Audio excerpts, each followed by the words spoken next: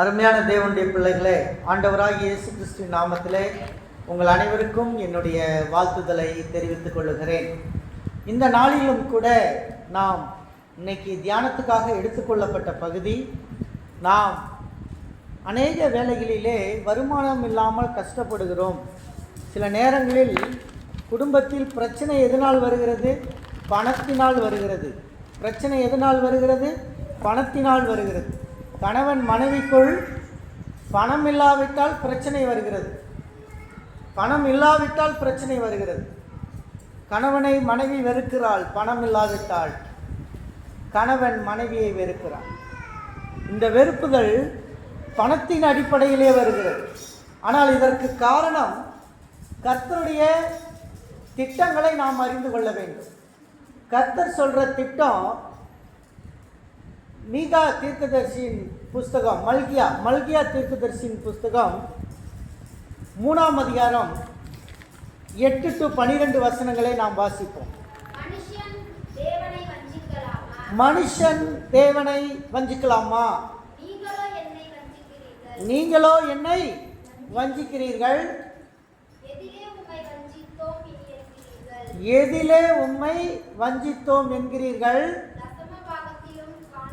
தசம பாகத்திலும் காணிக்கையிலும். தேவனுடைய பிள்ளைகளே, மனிதர்களாகி நீங்கள் தேவனை வஞ்சிக்கிறீர்கள். எப்படி வஞ்சிக்கிறீர்கள்? நீங்கள் தசம பாகத்திலும் காணிக்கையிலும் வஞ்சிக்கிறீர்கள் என்று கர்த்தர் சொல்லுகிறார். அல்லேலூயா. ஒன்று தெரிஞ்சுக்கங்க, உன் தொழில் நல்லா வரணும், உன் பிஸ்னஸ் நல்லா வரணும், கை நிறைய காசை பார்க்கணும்னு நினச்சின்னா, சம்பாதிக்கிறதுல 10ல் 1 பங்கு கடவுளுக்கு கொடுக்க ஆரம்பிச்சேன்னா உனக்கு கிடைக்கிற பிளஸ்ஸிங்கே தனி. யாருக்கிட்டையும் போய் கையேந்தி நிற்க மாட்டேன். அல்லேலூயா, அல்லேலூயா.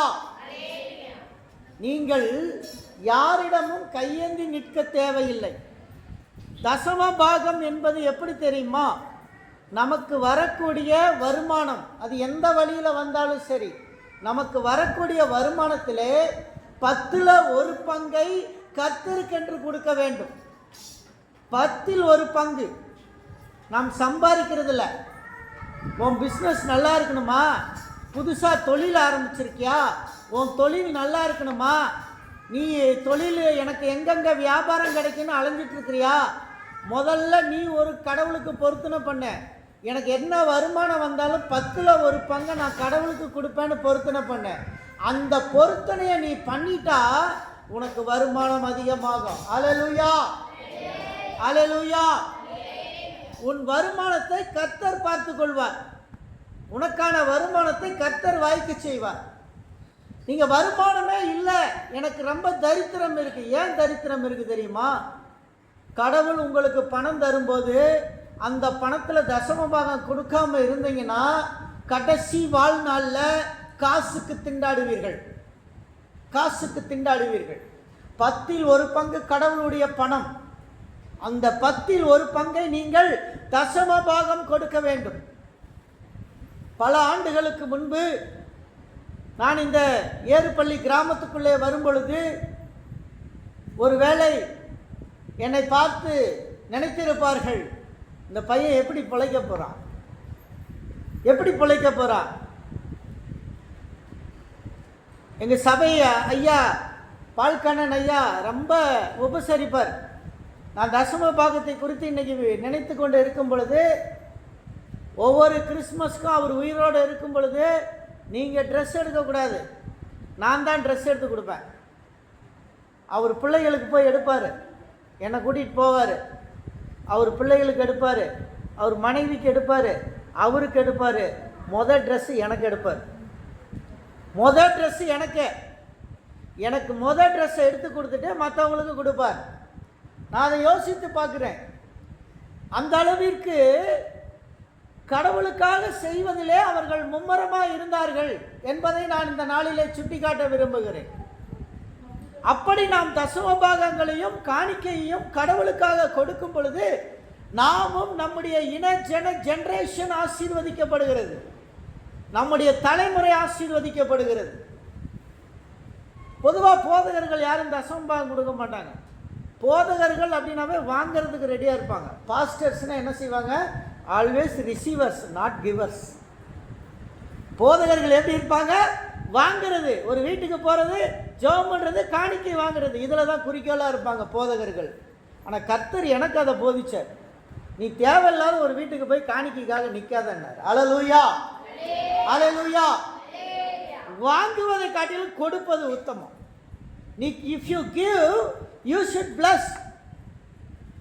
ஆபிரகாம் தசமபாகம் யாருக்கு கொடுத்தான்? ஆபிரகாம் தசமபாகம் கொடுத்தானா இல்லையா? கொடுத்தான். யாருக்கு கொடுத்தான்? மெல்கிசதேக்கு. ஆபிரகாம் மெல்கிசதேக்கின் முறைமையின்படி ஆசாரியனுக்கு தசமபாகம் செலுத்தினான். பைபிளில் படிச்சு பாருங்க. ஆபிரகாம் தசமபாகத்தை கொடுத்தான் மெல்கிசதேக்குக்கு. நான் இந்த ஊருக்கு வரும்போது எனக்கிட்ட வருமானம் இல்லை, கையில் காசு கிடையாது. காந்தாக்க நினச்சிருப்பாங்க, இந்த பையன் ஏதோ எலும்பு தோலுமாக்குறான், இந்த பையன் இந்த ஊரில் வந்து எப்படி பிழைப்பானு தெரிலன்னு யோசிச்சிருவாங்க. அவங்களோட யோசனை அப்படி தான் இருந்திருக்கும். அக்கா சொல்லுவாங்க, ஒரு நாள் என்கிட்ட கேட்டாங்க, சார் நீங்கள் நாளைக்கு இப்போ பரவாயில்ல சார், உங்களுக்கு எந்த வருமானமும் இல்லைன்றீங்க, நாளைக்கு கல்யாணம் ஆனால் என்ன பண்ணுவீங்கன்னு கேட்டாங்க. அது அக்காவுக்கு ஞாபகம் இல்லையா இருக்கா தெரியாது, எனக்கு ஞாபகம் இருக்குது. அவங்க வீட்டுக்கு சைடில் தான் அப்போ சர்வீஸ் நடக்கும். அக்கா வீட்டுக்கு சைடில் ஒரு குடிசையை போட்டு அந்த குடிசையில் தான் நாங்கள் ஆராதிச்சுட்டு இருந்தோம். அந்த டைமு அவர் படிக்கட்டில் வாதியார் உட்காந்துருக்காரு, எனக்கு ஒரு சேரை போட்டு உட்காந்து பேசிகிட்டு இருக்கும்போது அக்கா நின்று கேட்டாங்க, சார் நாளைக்கு கல்யாணம் ஆனால் உங்கள் மனைவி பிள்ளைகளுக்கெல்லாம் என்ன சார் பண்ணுவீங்க அப்படின்னு. நான் சொன்னேன், அது என் தேவன் பார்த்துக்குவார். அல்லேலூயா, அல்லேலூயா. என் தேவன் பார்த்துக்குவார். அன்னைக்கு நான் சொன்ன வார்த்தை என் தேவன் பார்த்துக்குவார்னு சொன்னேன். கர்த்தர் என்னைக்கு நம்ம கொடுக்க ஆரம்பிக்கிறோமோ அன்னைக்கு நம்மளை பிளஸ் பண்ணுறார். ரொம்ப கடன் ஆச்சு, பயங்கர கடன் வந்துச்சு. ஊழியக்காரர் வந்து பார்த்தாரு, சொன்னார், எப்பா நீ தசம்பாகம் கொடுக்குறியான்னாரு. நான் சொன்னேன், நான் ஊழியக்காரங்க, எனக்கு என்னங்க வருமானம் இருக்குது, நான் ஏங்க தசம்பாகம் கொடுக்கணுன்னு. அவர் சொன்னார், இந்த வேத வசனம் விசுவாசிகளுக்கு மட்டும்தானா? இந்த பைபிள் வசனம் யாருக்கு? விசுவாசிகளுக்கு மட்டும்தானா? பாஸ்டருங்களுக்கு கிடையாது அந்த வசனம்னாரு. ஐயோ, அது எனக்கும் சேர்த்து தான் அந்த வசனம்னு. அப்போ நீ தசமபாகம் கொடுன்னாரு. அல்லேலூயா. I started tithe there itself. என் ஆசீர்வாதத்தின் முதல் படி அங்கே துவங்கினது. ஒவ்வொரு நாளும் மற்றவங்களுக்கு கொடுக்கும்போது ஆசீர்வதிச்சுக்கிட்டே இருக்கிறார். மற்றவங்களுக்கு கொடுக்கும்போது ஆசீர்வதிப்பார். நீ வேற யாருக்காவது உதவி செஞ்சுட்டு வா, உன் பிள்ளைகளுடைய பணத்துக்கு கவலை இருக்காது.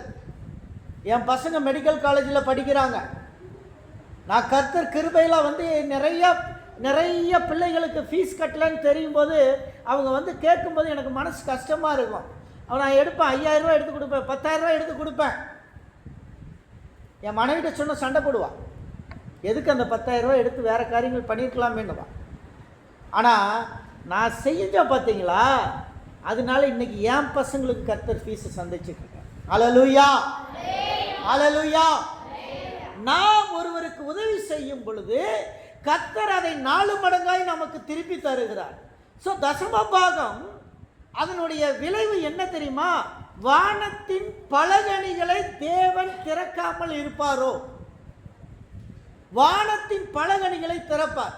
நீ தசமபாகத்தை கொடுக்கும் பொழுது வானத்தின் பலகணிகளை திறப்பார். 8வது வசனம் படிங்க.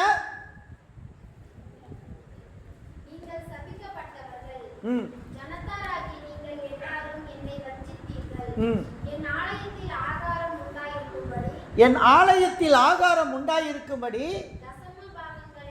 தசம பாகங்களை எல்லாம் பண்டக சாலையில் கொண்டு வாருங்கள். பண்டக சாலை எது? நம்ம பண்டக சாலைன்னு பார்த்தோம்னா என்னது? பேக்கரி. பண்டக சாலைன்னா என்னது? பேக்கரி. பேக்கரிக்காக கொண்டு வர சொல்றாரு. இந்த பேக்கரிக்கு கொண்டு வர சொல்றாரு. அல்லேலூயா. இந்த பேக்கரிக்கு கொண்டு வாங்க. இந்த பேக்கரிக்கு கொண்டு வந்தால் தான் இந்த பேக்கரியிலேருந்து தான் ஆசீர்வாதம் போகணும். அல்லேலூயா. அருமையா யாரோ மெலோடின்னு ஒரு சாக்லேட்டை வாங்கி கொடுத்துருக்காங்க. Melody chocolate. ஒரு பாப்பா பர்த்டே, வசந்த முல்லை பர்த்டேக்கா வசந்த முல்லையினுடைய பர்த்டேக்கு இந்த மெலோடி சாக்லேட் வாங்கி கொடுத்துருக்காங்க. இந்த மெலோடி சாக்லேட்டு இங்கே புல்பிட்டில் வந்து நின்று ஆசீர்வதிக்கப்பட்டு போகும்போது இந்த பிளஸ்ஸிங் யாருக்கு தெரியுமா? ஜோதிக்கு மட்டுமல்ல, ஜோதி கணவருக்கு மட்டுமல்ல, அந்த வசந்த முல்லைக்கு மட்டுமல்ல, அவர்களுடைய ஜெனரேஷனுக்கு ஆசீர்வாதம், அவர்களுடைய தலைமுறைக்கான ஆசீர்வாதம். ஹல்லேலூயா, ஹல்லேலூயா. இது ஒரு சின்ன முட்டாய் தான்ப்பா, ஆனால் இந்த சின்ன முட்டாய் தேவ சமூகத்துக்கு வந்துருச்சு, அதனால ஆசீர்வாதம். கர்த்தர் உன் பிள்ளைகளை சின்ன சின்ன முட்டாயா உனக்கு கொடுத்திருக்கார். அந்த முட்டாய் இங்க வரும்போது ஆசீர்வாதம். ஹல்லேலூயா, ஹல்லேலூயா. உனக்கு நல்ல ஸ்வீட்டை கொடுத்திருக்கார், ஒரு பாய் ஸ்வீட்டு, ஒரு கேர்ள் ஸ்வீட்டை கொடுத்திருக்கார். இந்த பாய் ஸ்வீட்டையும் கேர்ள் ஸ்வீட்டையும் கர்த்தருடைய பண்டக சாலையில வந்து நிறுத்து, கர்த்தருடைய ஆசீர்வாதத்தை வாங்கிக்குவேன். ஹல்லேலூயா, ஹல்லேலூயா. சோ கர்த்தர் உனக்காக வானத்தின் பலகணிகளை திறக்குகிறார். வானத்தை திறப்பாராம். அவர் கொடுக்குற ஆசீர்வாதம் எப்படி இருக்குமா தெரியுமா? அம்மிக்கி குலுக்கி மடியில் இருந்து சரிந்து விழும்படி கொடுப்பார். என்னது அம்மிக்கி? அந்த காலத்தில் மடியில் வாங்குவாங்க, மடியில் தானே திங்ஸ் வாங்குவாங்க. அந்த காலத்தில் பை இல்லாதவங்க எதில் வாங்கிக்குவாங்க? மடி, அந்த மரப்பில் மடியில் வாங்குவாங்க. மடி நிறைஞ்சிருச்சுன்னா என்ன பண்ணுவாங்க? மடியை ஒரு அமுக்குவாங்க, அமுக்கிட்டு அதுலேயும் போடுவாங்க. அது நிறைஞ்சிச்சுன்னா என்ன பண்ணுவாங்க? ஒரு குலுக்குவாங்க. ஹல்லேலூயா. அப்ப கர்த்தருடைய ஆசீர்வாதம் எப்படி இருக்கோ? அமுக்கி குலுக்கி மடியிலிருந்து சரிந்து விழும்படி உனக்கு செய்வார். ஹல்லேலூயா, ஹல்லேலூயா. அருமையான தேவனுடைய பிள்ளைகளே, உபாகமம் 8ஆம் அதிகாரத்தில் என்ன சொல்லுகிறது? ஓ கூடையும் உன் மாவு பிசையும் தொட்டியும் ஆசீர்வதிக்கப்படும். உன் கூட எது? உன்னுடைய மணி பர்ஸ், உன் ஜுருக்கு பை, உன் கூடை, உன் மாவு பிசைற உன் தொட்டி. மாவு பிசைற உன் தொட்டினா எது? உங்க வீட்டுக்காரர் வேலை செய்யற மிஷினா இருக்கலாம், கம்பெனியில் உன் வீட்டில் இருக்கிற டெய்லர் மிஷினா இருக்கலாம். இதெல்லாம் மாவு பிசைற தொட்டி, உனக்கு வருமானத்தை கொடுக்கக்கூடியது. உன் வீட்டில் நீ வளர்த்துற கோழியா இருக்கலாம், அதெல்லாம் மாவு பிசைற தொட்டி. கர்த்தர் அதை ஆசீர்வதிப்பார். ஹல்லேலூயா. இதையெல்லாம் ஆசீர்வதிக்கிற தேவன், உன்னுடைய மணி பர்ஸை நிறைவா வச்சிருக்கிற தேவன். ஒரு முறை ஆண்டவர் என்கிட்ட சொன்னார், பயங்கர கஷ்டம் ஹாஸ்டலில். இப்போ பிள்ளைகளுக்கு சாப்பாட்டுக்கு ரொம்ப கஷ்டம். ரேஷன் அரிசி வாங்கி ஒவ்வொருத்தருக்கையும் ரேஷன் கார்டை எடுத்துக்கிட்டு போவோம். அதில் ஒரு சிலர் என் ரேஷன் கார்டில் நான் அரிசி வாங்கி தரேன்னு சொல்லி, எனக்கே தெரியாது, ரொம்ப வருஷமாக அவங்க அரிசி வாங்கிட்டு அந்த அரிசியை எனக்கு விற்றுட்டாங்க. என்னுடைய ரேஷன் கார்டையே வச்சு அரிசியை வாங்கி அந்த அரிசியை எனக்கு 5 ரூபான்னு விற்றுட்டாங்க. எனக்கு தெரியாது. ரொம்ப நாளாக நானும் 2 வருஷம் 3 வருஷம் வாங்கிட்டு இருக்கேன். ஒரு முறை பிள்ளைகளுக்கு அரிசி இல்லை. அந்த அம்மாட்ட போய் அரிசி கேட்டேன், அம்மா அரிசி கொடுங்கண்ணா. சார் நீங்கள் காசு ரொம்ப லேட்டாக கொடுக்குறீங்க, அதனால நான் அரிசி தரமாட்டேன், இதே ஏறுபள்ளியில் நான் அரிசி உனக்கு தரமாட்டேன்ட்டாங்க. எனக்கு ரொம்ப கஷ்டமாக போச்சு. விடிஞ்சா பிள்ளைகளுக்கு அரிசி கிடையாது, பிள்ளைங்க பட்டினியாக இருப்பாங்க. ராத்திரியில் வீட்டில் வந்து அறையில் வந்து ஜெபம் பண்ணிட்டு இருக்கேன்.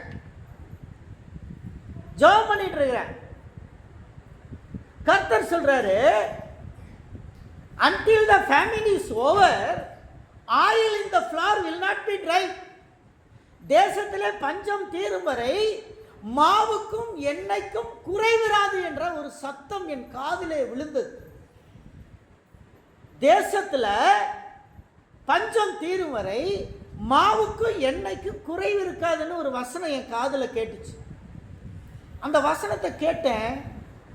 காலையில் கரெக்டாக ஹாஸ்டல் முன்னாடி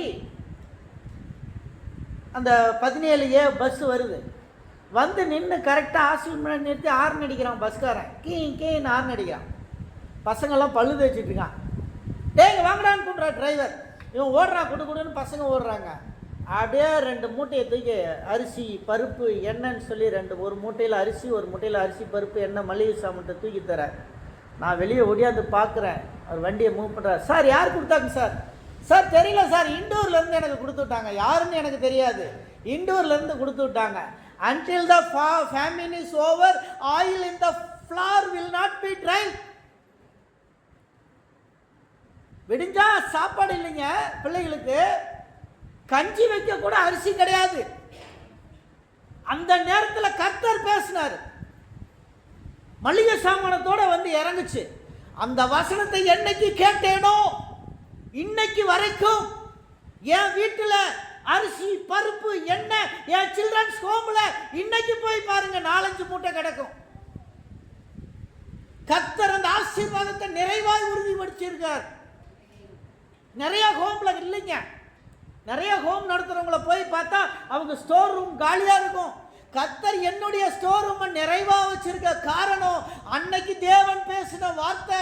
அருமையான தேவனுடைய பிள்ளையே, நீ தசம பாகம் கொடுக்க ஆரம்பிக்கும் போது உன் வீட்டில் அரிசிக்கு குறைவு இருக்காது, ஓ எண்ணெய் டப்பால எண்ணெய்க்கு குறைவு இருக்காது, ஓ மாவுக்கு குறைவு இருக்காது, ஓ மல்லிகை சாமான்களுக்கு குறைவு இருக்காது. கர்த்தருக்கு நீ தசம பாகத்தை மட்டும் கொடுத்து பாரு, உன் குடும்பம் எப்படி ஆசீர்வதிக்கப்படுதுன்னு பாரு, எப்படி ஆசீர்வதிக்கப்படுதுன்னு பாரு. நான் அன்னைக்கு ஸ்டார்ட் பண்ணது தான் இந்த தசம பாகம், ரொம்ப முக்கியமான பார்ட்.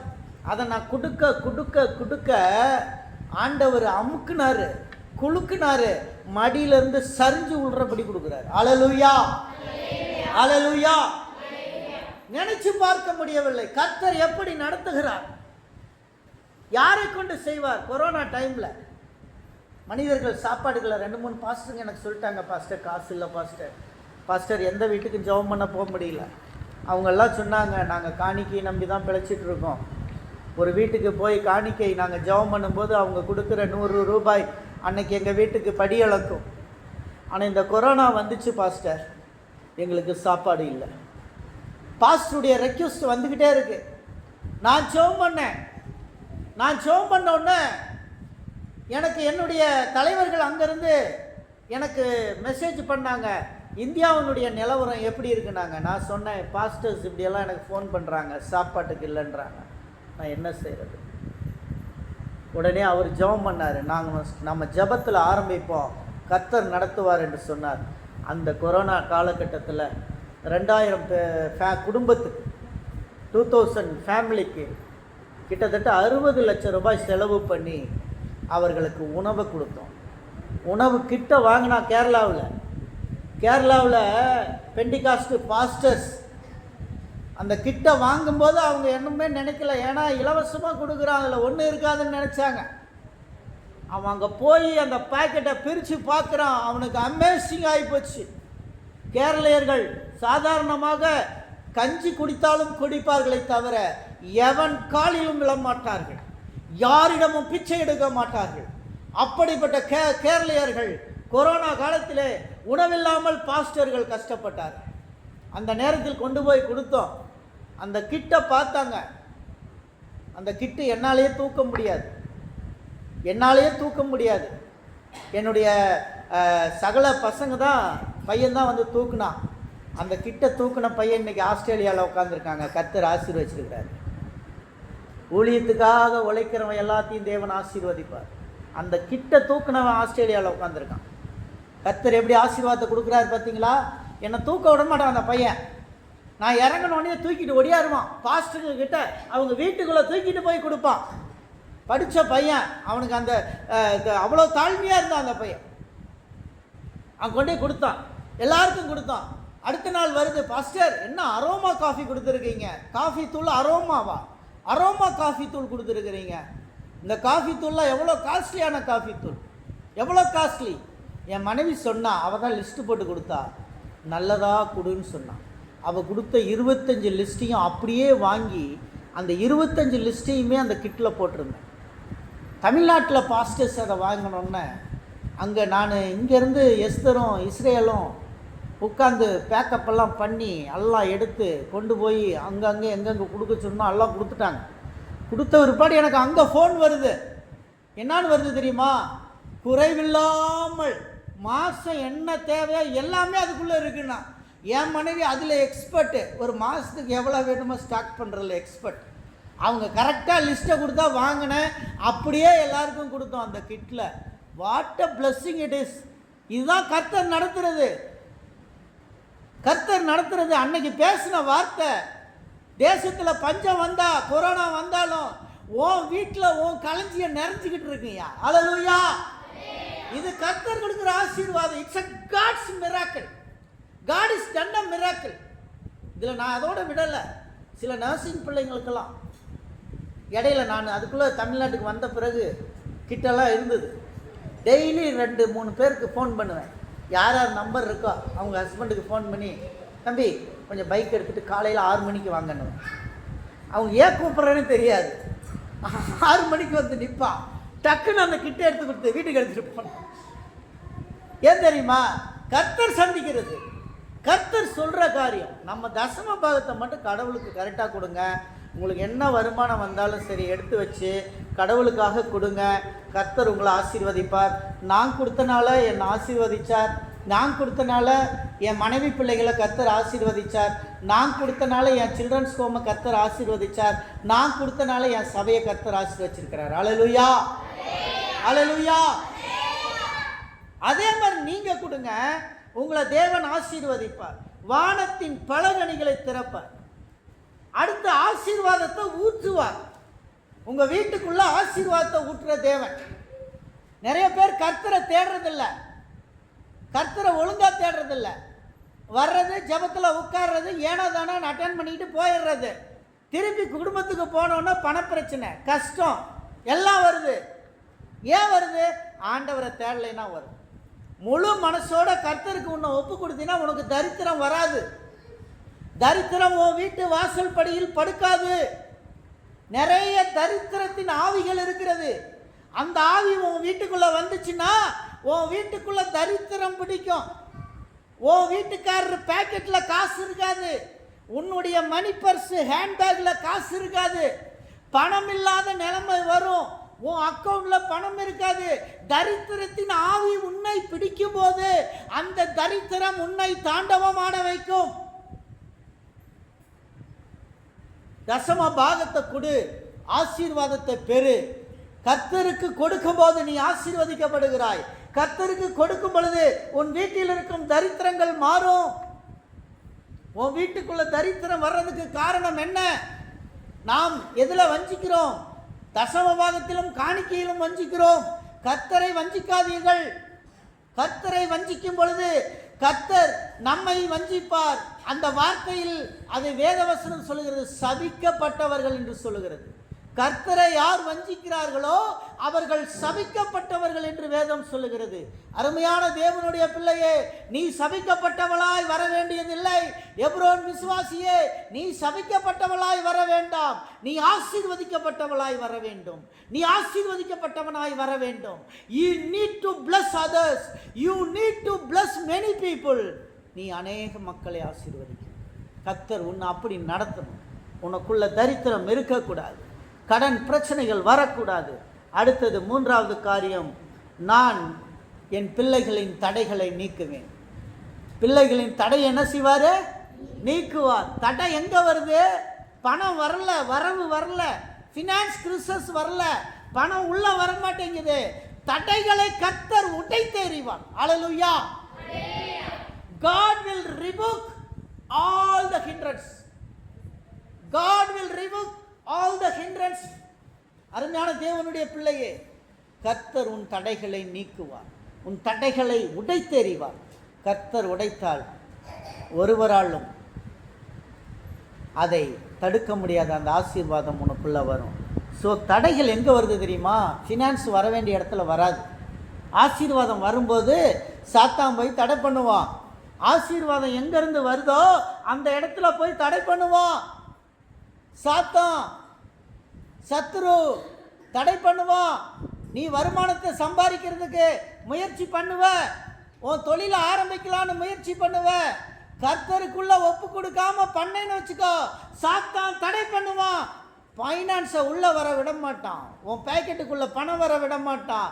பணத்தை கட்டி வச்சிருவான். உன் வீட்டுக்குள்ள ஃபைனான்ஸ் ஃப்ளோ ஆகணும். உன் வீட்டுக்குள்ள மணி ஃப்ளோ ஆகணும். பிள்ளைய ஸ்கூலில் சேர்த்திட்ட, ஸ்கூலுக்கான ஃபீஸ் அவர் சந்திக்கணும். ஹல்லேலூயா, ஹல்லேலூயா. அடியெடுத்து வைக்கும்போது தான் தெரியும், அந்த அருமைகள் தெரியும். ஒவ்வொரு நாளும் பிள்ளைகளுக்காக ஜெபம் பண்ணுங்க, பிள்ளைகள் மேலே கை வச்சு ஜெபம் பண்ணுங்க, பிள்ளைகளுடைய தேவைகளை கர்த்தர் சந்திக்கும்படியாக ஜெபம் பண்ணுங்க.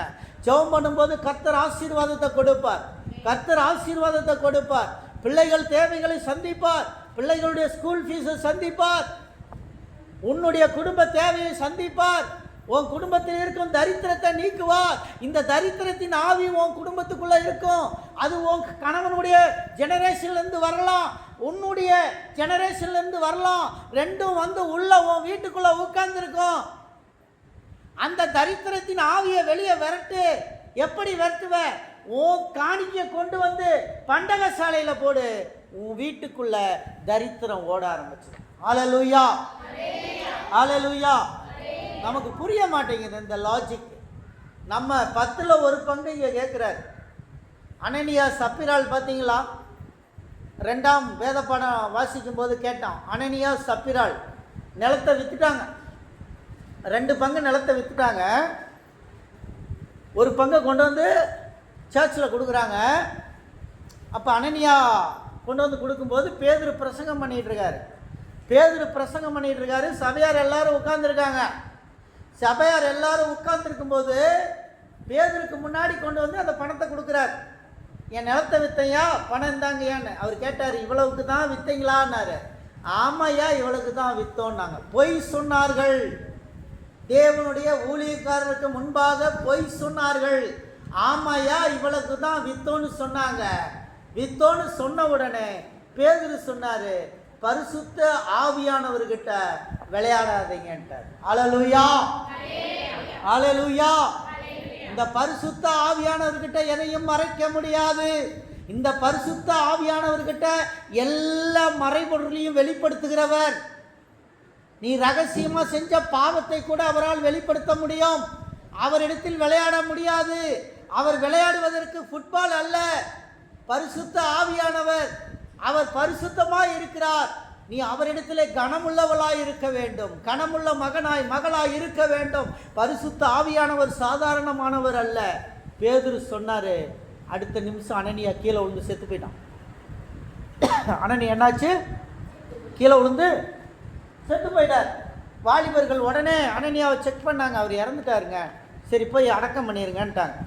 போய் அவருக்கு அடக்கம் பண்ணிட்டாங்க. கொஞ்ச நேரம் கழிச்சு சப்பிரால் வர்றா. சபிரால் யாரு? அனனியாவுடைய ஒய்ஃபு சபிரால். சபிரால் வந்து, பாஸ்டர் இந்தாங்க. ஆமாம்மா, உங்கள் வீட்டுக்காரர் காணிக்க கொடுத்தாருமா. எவ்வளோக்குமா நிலத்தை விற்றீங்க? ஐயா, எங்கள் வீட்டுக்காரர் கொடுத்த பணத்துக்கு தான் விற்றாரு, அதை அப்படியே கொண்டு வந்துட்டாரியா அப்படின்னாங்க. அப்படியா? நீயும் பரிசுத்த ஆவியானவரிடத்திலே பொய் சொல்லுகிறாய். நீயும் உன் கணவன் போன இடத்துல வாலிபர்கள் வந்து நிற்கிறார்கள், உன்னையும் கொண்டு அடக்க செய்வார்கள்னா. உடனே சபிராலும் கீழே விழுந்துட்டு போயாச்சு. என்ன நடந்துச்சு பார்த்தீங்களா? இதெல்லாம் தெரிஞ்சுக்கோங்க. கர்த்தர்கிட்ட விளையாடக்கூடாது, நம்ம பொய் பேசக்கூடாது. நமக்கு என்ன வருமானம் வரட்டும், சின்ன வயசாக இருக்கட்டும், அதில் கர்த்தருக்குன்னு கொடுக்க வேண்டியதை கரெக்டாக கொடுக்கணும். காணிக்கைப்பட்டியிலே திருடியிருக்காங்க இங்கே இருக்கிறவனுங்க, இந்த ஹோமில் இருக்கவளுங்க. காணிக்கைப்பட்டியிலேயே கம்மு போட்டு, குச்சியில் கம்மை போட்டு எடுத்துருவாளுங்க. காணிக்கை கொடுக்கலைனாவே இவ்வளோ சாபம் வருது. கொடுத்த காணிக்கையை பெட்டிக்குள்ளேருந்து குச்சியை விட்டு எடுத்து காணிக்கைப்பட்டியை திருடினவங்களுக்கு என்ன சாபம் கிடைக்கும் பாரு. சபிக்கப்பட்டவர்கள். நல்லா தெரிஞ்சுக்கோங்க, இந்த மாதிரி கடவுளுடைய பணத்தில் விளையாடக்கூடாது. கர்த்தருடைய பணம் கர்த்தருக்கு கொடு. God's money is give to God. God's money is given to God. 10ல் 1 பங்கு, 10ல் 1 பங்கு. நீ 10 ரூபாய் சம்பாதிச்சா 1 ரூபா கடவுளுடைய பணம். அந்த கடவுளுடைய பணம் கடவுளுக்கு தான் போகணும். மீதி 9 உன்னுடைய பணம். அனனியா சப்பிரால் என்ன செஞ்சாங்க? 2 மடங்கு விற்றாங்க, 1 மடங்கு கடவுள்கிட்ட கொடுத்தாங்க. அங்கே கேட்கும்போது உண்மையை சொல்லியிருக்கலாம். ஐயா, 1 மடங்கு என் செலவுக்கு வச்சுட்டேன், மீதி 1 மடங்கு கொடுத்துட்டேன்னு சொல்லியிருக்கலாம். இல்லையா, இவளுக்கு தான் விற்றேன்னு சொல்லி பொய் சொல்லிட்டாங்க. பொய் சொன்னனால கர்த்தர் என்ன செஞ்சார்? அவங்கள அடித்தார். அருமையான தேவனுடைய பிள்ளைகளை, கர்த்தர் உன் தடைகளை நீக்குவார். உன்னுடைய குடும்பத்தில் நிறைய ஃபினான்ஷியல் பேரியர்ஸ் இருக்கலாம். இந்த இளம் வாலிப வயசு, கல்யாணம் ஆகி பிள்ளைகளை ஸ்கூலுக்கு விட்டு பாருங்கள். ஸ்கூலுக்கு விட்றீங்க பார்த்தியா, LKG, UKG, first standard, second ஸ்டாண்டர்ட்னு. இப்போ தான் உங்களுக்கு டென்ஷன் காலமே ஆரம்பிக்கும். அந்த டைமில் தசமாக கொடுக்க முடியாது. அந்த டைமில் காசு எடுத்து வச்சா செலவாகும். சாத்தா அங்கே தான் பிடிப்பான். அந்த நேரத்தில் கொடுத்தேன்னு வச்சுக்கா, உன் பையன் காலேஜுக்கு போகும்போது உனக்கு ஃபீஸ் பின்னாடி வந்து நிற்கும். அவனுக்கு அட்மிஷன் ஆகும், உன் அக்கௌண்ட்டில் இங்கே பணம் நிறைஞ்சு கிடக்கும். அல்லேலூயா, அல்லேலூயா. இது கர்த்தருடைய ஆசீர்வாதம். It is a God's blessing. அந்த மாதிரி டைமில் ஆசீர்வாதம் வருங்க. கர்த்தர் அதை கொடுக்க வேண்டிய நேரத்தில் கொடுப்பார். ஆகவே நீங்கள் என்ன செய்யுங்க, நீங்கள் கர்த்தருக்காக கொடுக்கும் பொழுது கர்த்தர் உங்கள் நிலத்தின் பலன்களை ஆசீர்வதிக்கிறார்.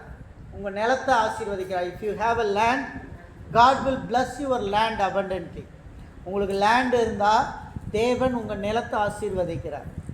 உங்கள் நிலத்தை ஆசீர்வதிக்கிறார். நிலத்தின் கனிகளை ஆசீர்வதிக்கிறார். விளைச்சலை அதிகமாய் கொடுக்கிறார். தேவன் அதிகமாய் வாய்க்க செய்வார். தேவன் அப்படியாக நீங்கள் தசமபாகங்களையும் காணிக்கைகளையும் கொடுக்கும் பொழுது உங்கள் நிலத்தின் கனிகளை தேவன் ஆசீர்வதிக்கிறார். அடுத்ததாக உங்களுடைய திராட்சை ரசம் பெருகி ஓடும். திராட்சை ரசம், திராட்சை தோட்டம் நடுகிறவர்களுக்கு திராட்சை ரசம் பெருகி ஓடும். கர்த்தர் அப்படிப்பட்ட ஆசீர்வாதத்தை கொடுப்பார். அடுத்ததாக தேசங்கள் உங்களால் ஆசீர்வதிக்கப்படும். அல்லேலூயா. இப்போ தசமபாகம் கொடுக்கறதுனால முதல் ஆசீர்வாதம் உங்களுக்கும் உங்கள் குடும்பத்துக்கும், ரெண்டாவது ஆசீர்வாதம் சபைக்கு, மூணாவது ஆசீர்வாதம் இந்த நாட்டுக்கு. அல்லேலூயா. நீங்கள் இங்கே தசமபாகம் கொடுக்குறீங்க, ஆனால் தேசம் உங்களால் ஆசீர்வதிக்கப்படுமா? அல்லேலூயா. பார்த்தீங்களா, தேசம் உங்களால் ஆசீர்வதிக்கப்படும். Through you, God will bless this nation. உங்கள் மூலமாய் தேவன் இந்த தேசத்தை ஆசீர்வதிப்பார். ஆகவே முக்கியமாக பிள்ளைகள் எச்சரிக்கையோடு இருக்க வேண்டும். உழைச்சு சம்பாதிக்கிற பணம் தான் நமக்கு உதவும். திருடி எடுத்தாலோ வேற யாருக்கிட்டையாவது வாங்கி தவறான வழியில் வாங்கினாலோ அதெல்லாம் பாவம். விசுவாசத்தில் வர்றது எல்லாம் பாவம். எந்த ஒரு பணமும் விசுவாசத்தில் வரலைன்னா அது பாவம். விசுவாசத்தில் வராது யாவும் பாவமே என்று வேதவசனம் சொல்லுகிறது. நீ உழைத்து சம்பாதிக்கிறது மட்டும்தான் ஆசீர்வாதமாக இருக்கும். தேசம் உங்களால் ஆசீர்வதிக்கப்படும். நீங்கள் தசம பாகத்தை கொடுக்கும் பொழுது உங்களை கொண்டு கர்த்தர் அநேகரை ஆசீர்வதிக்க ஆரம்பிப்பார். உங்கள் குடும்பம் நிறைவாகும் பொழுது, உங்கள் பிள்ளைகள் நல்லா படித்து மேலிடத்துக்கு வரும் பொழுது உங்கள் பிள்ளைகள் மூலமாக உங்கள் மூலமாக அநேகரை தேவன் ஆசீர்வதிப்பார். அல்லேலூயா, அல்லேலூயா. அடுத்ததாக தேவன் உங்கள் சொத்துக்களை ஆசீர்வதிப்பார். God will bless your property. தேவன் உங்கள் சொத்துக்களை ஆசீர்வதிப்பார். ஜோதி வீட்டுக்கார் காலையில் சொன்னார், அவருடைய நிலத்தை விற்கிறதுக்கு முயற்சி பண்ணிகிட்டு இருக்கிறோம், பல தடைகள் இருக்கிறது என்று சொன்னார். இண்டூரில் மெயின் ஏரியாவில் அந்த நிலம் இருக்கிறது, பல தடைகள் இருக்குதுன்னு காலையில் அவங்க வீட்டுக்காரர் சொன்னார். அவங்க கடையெல்லாம் காலியாக இருந்தது, கடையெல்லாம் காலியாக இருந்தது. நானும் என் மனைவியும் போய் நியூ இயர் அன்னைக்கு 1ஆம் தேதி போய் ஜெபிச்சுட்டு வந்தோம். 1ஆம் தேதி போய் ஜெபிச்சுட்டு வந்தோம். எல்லா கடையும் காலி, வருமானம் இல்லை. ஜோதி கூப்பிட்டாங்க, நாங்கள் போய் ஜெபம் பண்ணிட்டு வந்தோம். இன்னைக்கு அந்த கடை ஃபுல்லாக நிறைஞ்சிருக்குது. அல்லேலூயா, அல்லேலூயா. எல்லா கடையும் இன்னைக்கு வருமானத்தில் ஈட்டி கொண்டிருக்கிறார்கள். ஏன் தெரியுமா? கர்த்தருடைய ஆசீர்வாதம் ஊழியக்காரன் ஜெபிக்கும் போது வரும். ஊழியக்காரன் கால் மிதித்து ஜெபிக்கும் போது அந்த பட்டணத்தை தேவன் ஆசீர்வதிப்பார். ஆபிரகாம் நடக்கும்போது சொன்னார், நீ எங்கெங்கெல்லாம் சுற்றி திரியிறியோ அதையெல்லாம் உன் சந்ததிக்கு தருவேன்னார். ஆபிரகாம் எங்கெங்கே சுற்றி நடந்தானோ அதெல்லாம் இன்னைக்கு அவங்க சந்ததிக்கு சொந்தமாக இருக்குது நிலம். இந்த வசனத்தை நான் ஏற்பள்ளிக்கு வரும்போது கர்த்தர் சொன்னார், கால் மிதிக்கும் தேசத்தை நான் உனக்கு தருவேன்னார். இந்த ஊரில் காலை மிதிக்கும் போது சொன்னார், கால் மிதிக்கும் தேசத்தை நான் உனக்கு தருவேன்னார். இந்த சவுண்டை நான் கேட்டேன். கால் மிதிக்கும் தேசத்தை நான் உனக்கு தருவேன்னு சொன்னார். கர்த்தர் சொன்ன மாதிரி அந்த தேசத்தை என்ன செஞ்சாரு? கொடுத்தார். இந்த செய்தியை கேட்டுட்டு இருக்கிற உங்களுக்குள்ள ஒருவேளை உங்களுக்கு சொந்த வீடு இல்லை, சொந்த நிலம் இல்லைன்னு இருக்கிறீங்கன்னா, நீ கால் மிதிக்கும் தேசத்தை கர்த்தரை நம்பினேன்னா உனக்கு தருவார். அல்லேலூயா, அல்லேலூயா. நீ எங்க உன் கால் மிதிக்குதோ அந்த தேசத்தை கர்த்தர் தருவார். உன் காலடி மிதிக்கிற தேசம் ஆசீர்வதிக்கப்படும். நீ எங்கே காலடி மிதிக்கிறாயோ அந்த வீடு ஆசீர்வதிக்கப்படும். நாங்கள் நிறைய ஊழியத்திற்கு போகும்போது பார்ப்போம். ஆரம்ப ஊழியத்தில் எங்களை கூப்பிடுவாங்க, போர் போடுறதுக்காக வர சொல்லுவாங்க. நாங்கள் போய் அங்கே காலை மிதித்து முதல் ஜெபம் பண்ணுவோம். அதுக்கப்புறம் பார்த்தீங்கன்னா ஒரு 5 வருஷம் கழித்து அசுர வளர்ச்சியில் இருக்கும் அந்த ஊழியம். அப்போ அவங்க சொல்லுவாங்க, பாஸ்டர்ஸ் ஐயா வந்து ஃபஸ்ட்டு ஜெபம் பண்ணிட்டு போனாங்க, அதனுடைய பிளஸ்ஸிங் பாருங்கள், 5 வருஷத்தில் நாங்கள் இவ்வளோ வளர்ந்துட்டோம்னு சொல்லுவாங்க. அந்த பிளஸ்ஸிங் என்ன தெரியுமா?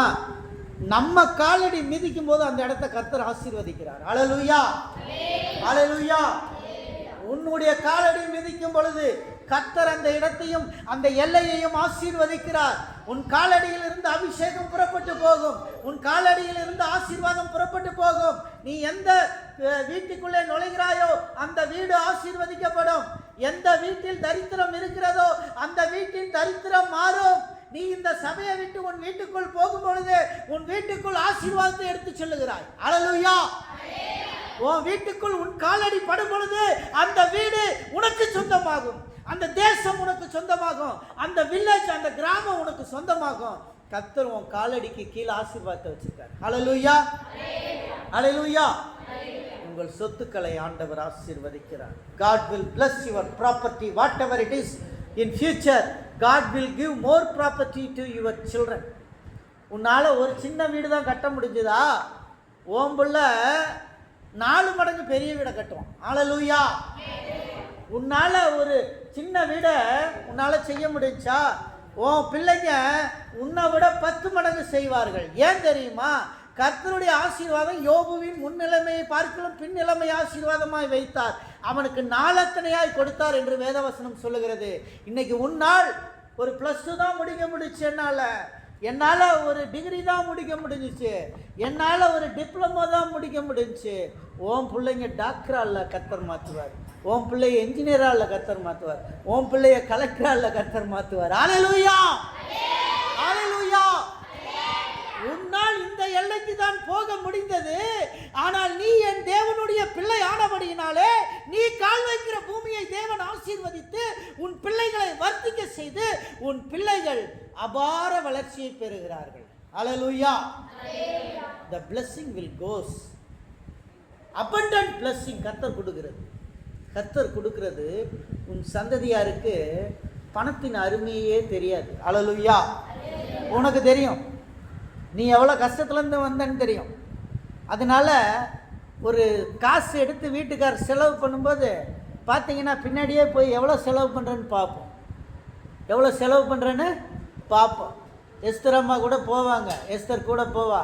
இஸ்ரேல் எடுப்பார் பேக்கெட்லேருந்து, ஏய் பார்த்து எடு, பக்கத்துலேருந்து எச்சரிப்பு, ஏய் பார்த்து எடு, நீ செலவு பண்ணு, பார்த்து செலவு பண்ணு அப்படின்வா. ஆனால் கர்த்தர் உன் பிள்ளைங்களை அப்படி வைக்க மாட்டார், பார்த்து செலவு பண்ணலாம் வைக்க மாட்டார். அவங்களுக்கு அபண்டன்ட் பிளஸ்ஸிங்கை தூக்கி போடுவார். அவங்க அதெல்லாம் பார்த்து செலவு பண்ண மாட்டாங்க, அவங்க செலவு பண்ணிக்கிட்டே இருப்பாங்க. இதுதான் கர்த்தருடைய பிள்ளைகளுக்கு வர்ற ஆசீர்வாதம். எத்தனை பேர் விசுவாசிக்கிறீங்களா? அல்லேலூயா சொல்லுங்க. அல்லேலூயா, அல்லேலூயா. ஏன்னா நம்ம கஷ்டத்துல இருந்து வந்ததுனால பணத்தின் அருமை நமக்கு தெரியுது. ஆனால் நம்ம பிள்ளைகளுக்கு பணத்தின் அருமை தெரியாது. ஏன் தெரியுமா? அந்த கஷ்டத்தை நம்ம தரல, அந்த கஷ்டத்தை நம்ம உணர வைக்கல. ஆனால் இது கர்த்தருடைய ஆசீர்வாதம். அல்லேலூயா. இது கர்த்தருடைய ஆசீர்வாதம். கர்த்தருடைய ஆசீர்வாதமே ஐஸ்வர்யத்தை தரும், அதனோடு வேதனையை கூட்டார். அருமையான தேவனுடைய பிள்ளையே, இந்த செய்தியை கேட்டுக்கொண்டிருக்கிற நீ, கர்த்தருடைய ஆசீர்வாதம் உனக்கு ஐஸ்வர்யத்தை தரும். கர்த்தருடைய ஆசீர்வாதம் இருக்கும் பொழுது உனக்கு செல்வ செழிப்புகளை தரும், அதனோடு வேதனையை கூட்ட மாட்டார். அல்லேலூயா. ஆகவே ஒன்னே ஒன்று செய்யுங்க, காணிக்கை தசம பாகத்தை ஒழுங்காக செலுத்த ஆரம்பிக்கும். இன்னையிலிருந்து ஒரு வேளை நீங்கள் தவறி இருந்தால் கூட, நீங்கள் சரியாக நீங்கள் காணிக்கை செலுத்தலைன்னா கூட நீங்கள் நினச்சிக்கோங்க, ஹேமலதா அறக்கட்டளையினுடைய நிறுவனர், ஒரு ஹிந்து மேன். அவர் சொல்கிறாரு, பைபிளில் சொல்லியிருக்கு 10ல் 1 பங்கு கொடுத்தா ஆசீர்வாதம்னு. அவர் எழுதுகிறார், தன்னுடைய புக்கில் எழுதுகிறாரு, 10ல் 1 பங்கு கொடுத்தா ஆசீர்வாதம்னு பைபிளில் சொல்லியிருக்கு. நான் 10ல் 2 மடங்கு கொடுக்குறேன். அவர் என்ன சொல்கிறாரு? 10ல் 2 மடங்கு கொடுக்குறேன். நான் 2 மடங்கு கொடுக்கறதுனால வருஷம் என்னுடைய வருமானம் கூடிக்கிட்டே போகுது. அவர் சொல்கிறார், நான் சாரிட்டிக்குன்னு செய்கிறது 2 கோடி ரூபா. நான் கடைசியாக அவரை சந்திக்கும் போது சொல்கிறாரு, நான் சாரிட்டிக்குன்னு 2 கோடி ரூபா கொடுக்குறேன். இன்றைக்கி அவரது 20 கோடியாக இருக்கும் சாரிட்டின்னு செய்கிறது. ஏன் தெரியுமா? இதுதான் ஆசீர்வாதம். அவர் சொல்கிறாரு, உலக பணக்கார நாடுகளில் 10 நாடுகளில் ஜப்பானை தவிர 9 நாடுகள் கிறிஸ்தவ நாடுகள். அல்லேலூயா சொல்லுங்க, அல்லேலூயா. ஏன் உலக பணக்கார நாட்டில் 1 2 3 4 5 6 7 8 9 வரைக்கும் கிறிஸ்தவ நாடுகள்? அல்லேலூயா. 10வது நாடு ஜப்பானா. அந்த 9 நாடும் ஏன் கிறிஸ்தவ நாடுகளாக இருக்கிறது? கிறிஸ்தவ நாடுகள் கர்த்தருக்காக கொடுக்கிற நாடு. அல்லேலூயா. They are giving the tithe to God. அவர்கள் தசம பாகத்தை கொடுக்கிறார்கள். ஆகவே அவர்கள் ஆசீர்வதிக்கப்படுகிறார்கள். அவர்கள் தேசம் ஆசீர்வதிக்கப்படுகிறது. இன்றைக்கு நீங்கள் தசம பாகத்தை கொடுக்கும் பொழுது நம்முடைய இந்திய தேசம் ஆசீர்வதிக்கப்படும். India should be blessed because of you. Our Tamil Nadu should be blessed because of you. This Dharmaburi district will be blessed because of you. உன்னால் ஆசீர்வதிக்கப்படும். தேவன் உங்களை ஆசீர்வதிப்பார். ஆகவே தேவனுடைய பிள்ளைகளே, இன்னைக்கு ஒரு பொருத்தனை பண்ணுங்க. ஆண்டவருக்கு முன்னாடி ஒரு பெரிய பொருத்தனை பண்ணுவோம். ஆண்டவரே, I committed my offering to you. நான் என்ன வருமானம் வந்தாலும் சரி, அதை நான் உமக்கு கொடுப்பேன்ப்பா. I will give the tithe to you. நான் உமக்கு என்ன செய்வேன்? டைத்து நான் கொடுப்பேன். சரியா? ஜெபிச்சுவோம். அதுக்கு முன்னாடி எழுந்திருக்கு நின்று ஒரு பாடலை பாடுவோம். அப்பொழுது நாம் நம்முடைய காணிக்கைகளை கர்த்தருக்கு செலுத்துவோம்.